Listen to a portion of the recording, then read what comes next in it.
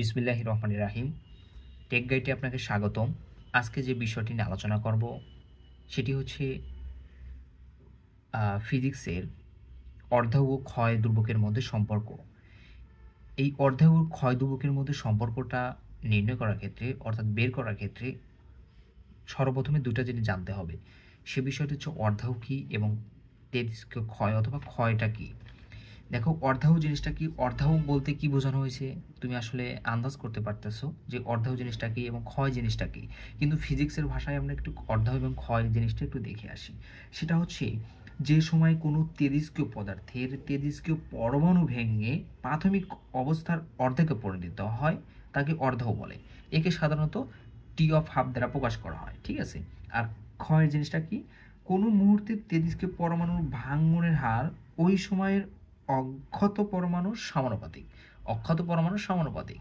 দেখো, আমরা জানি কি, আমরা লিখবো যে হচ্ছে আমরা জানি জিনিসটা খুবই সহজ, জটিলতা বলতে কিছুই না। আমরা কি বিষয়টা দেখি, তেজস্ক্রিয় ক্ষয়ের সূত্র হতে পাই কি, তেজস্ক্রিয় সূত্র হতে পাই। সূত্র শুধু হতে লিখলেই হবে n = n0 e to the power minus lambda T, ঠিক আছে। এটা হচ্ছে তেজস্ক্রিয় সূত্র হতে পাই। এবং অর্ধাও হতে অর্ধাওর জন্য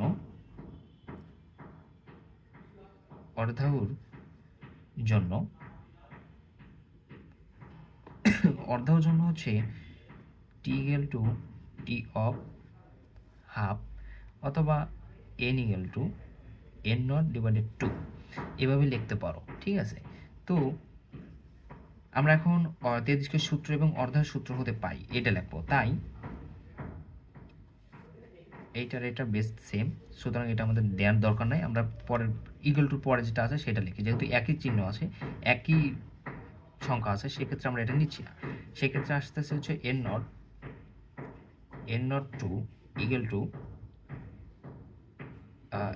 n0 e to the power minus lambda T, ঠিক আছে। তো যেহেতু এখানে সমান চিহ্ন আছে, সেক্ষেত্রে আমাকে এখানে একটা বা চিহ্ন দিতে হবে। এই নট এবং নটটা কাটা গেল, আর উপরে যেহেতু ওয়ান আছে, মনে মনে কিন্তু ওয়ান আছে, তাহলে এখানে আমরা লিখি ওয়ান, কাটা গেলে তো ওয়ান থাকবে অবশ্যই। এটা কি বুঝতে পারছো? হ্যাঁ, আশা করি বুঝতে পারছো। যেমন 3 দিলে পারে 3 3 2 6, তাহলে কি হয়, হাফ হয়, কিন্তু এরকম সিস্টেম এখানে। এটা না বোঝার কিছু নাই। এখানে কি আছে, e to the power minus lambda T. তো এই কে তোলার জন্য আমরা এখানে একটা লন দেব। এটা একটা কে তোলার জন্য আমরা ইটাকে তোলার জন্য আমরা এখানে একটা লন দিলাম হাফ, এখানে আছে মাইনাস ল্যামডা টি। তারপর এই ল্যামডা লন হাফের একটা মান আছে, একটু খেয়াল করো। এই যে ক্যালকুলেশনে তোমরা হচ্ছে একটু দেখো, এই যে লন তারপর হাফ আছে 1/2, দেখো একটা মান আসছে 0 minus 0.693 equal to minus lambda T. তো এই মাইনাসকে আমরা এই মাইনাসকে তুলে দিলাম, আশা করি বুঝতে পারছো।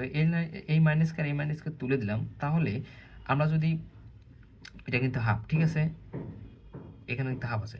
তো এই মাইনাস আর এই মাইনাসকে যদি তুলে দিই, আমরা যদি এখন টি অফ হাফ বের করি, তাহলে কি আসে, টি অফ হাফ যদি বের করি, তাহলে আসতে আসতে হচ্ছে 0.693 ল্যামডা, এটাই আসতেছে।